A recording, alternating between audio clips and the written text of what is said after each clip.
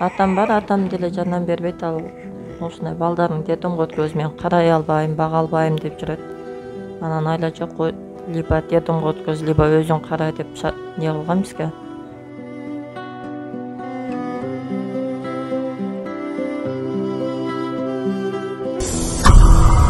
Assalamu alaikum. Биздин фонд дагы да болсо өз ишин улантууда. Кезекте кайрылуубуз Бишкек шаарында жашап жаткан Айзат эжебизге жардам колун сунуу үчүн келип отурабыз. Айзат эжебиз мынакей азыр ушул үйдө, азыркы тапта ушул үйдө жашайт. Азыр Айзат эжебизден кененирээк кирип маалымат алсак. Мынакей урматтуу туугандар, азыр Айзат эжебиз ушундай шарты жок үйдө эки баласы менен ушул убакка чейин күн өткөзүп келүүдө. Учурда продуктудан кыйналууда. Ошо Айзат эжебиз өзү кененирээк бизге маалымат берсе. Саламатсыздарбы, урматтуу кыргыз элим. Өзүм эки бала менен квартирада турам. Жалгыз бой мат одиночкамын, жалгыз бой энемен. Балдарым кичинекей. Жолдош менен ажырашканыма 3 жыл болду. Жардам берген эч ким жок. Ошо өзүм үйдө жалгыз кызман. Атам бар, атам деле жардам бербейт. Ал ушундай балдарын детдомго өткөз, мен карай албайм, бага албайм деп жүрөт. Анан айла жок, либо детдомго өткөз, либо өзүң кара деп не кылган бизге. Шарт коюп.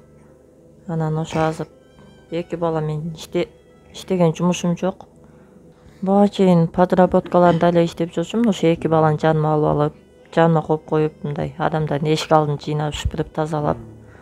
Анан азыр ошо сентябрдан бери жумушубуз жок. Балдар менен деле эч жака чыга албайм. Кыш менен жумуш жок ошо. Квартплат продуктардан, анан магазиндерин дагы көп карыз болуп кеттик. Анан ошо квартплатты бере албай үйдө кээде жегенге наныбыз жок болуп калат. Ошо продуктардан кыйналып калдык. Анан квартплатты да бере албай калдык. Азыр эки бала менен эч жака чыга албайм.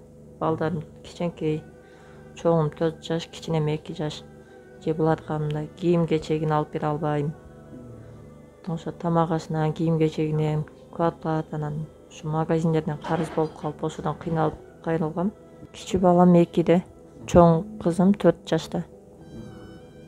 Ошо азыр экөө мен ушул жерде турам. Квартплатымы айына 4000ден төлөйм. Ошо 2 айдан уже 3-чү ай болуп атат. Мына квартплат бере элегиме.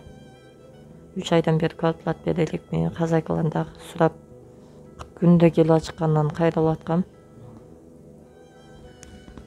Мынакей урматтуу туугандар, өзүңүздөр көргөндөй эле Айзат эжебиз ушул азыркы учурда аябай жардамга муктаж. Аллах Таала кереметтүү Куранда "Лан таналу бирра хатта тунфиқу мимма тухиббун". Өзүңөр жакшы көргөн нерсени садака, нафака кылмайынча ийгиликке жете албайсыңар дейт. Келиңиздер, баарыбыз биргеликте ушул Айзат эжебизге жардам колун суналы. Yetimge kamçı götürdü, cesiritin otun öçürdü. Жалгызга камчы көтөрдүң, анан жардынынан отун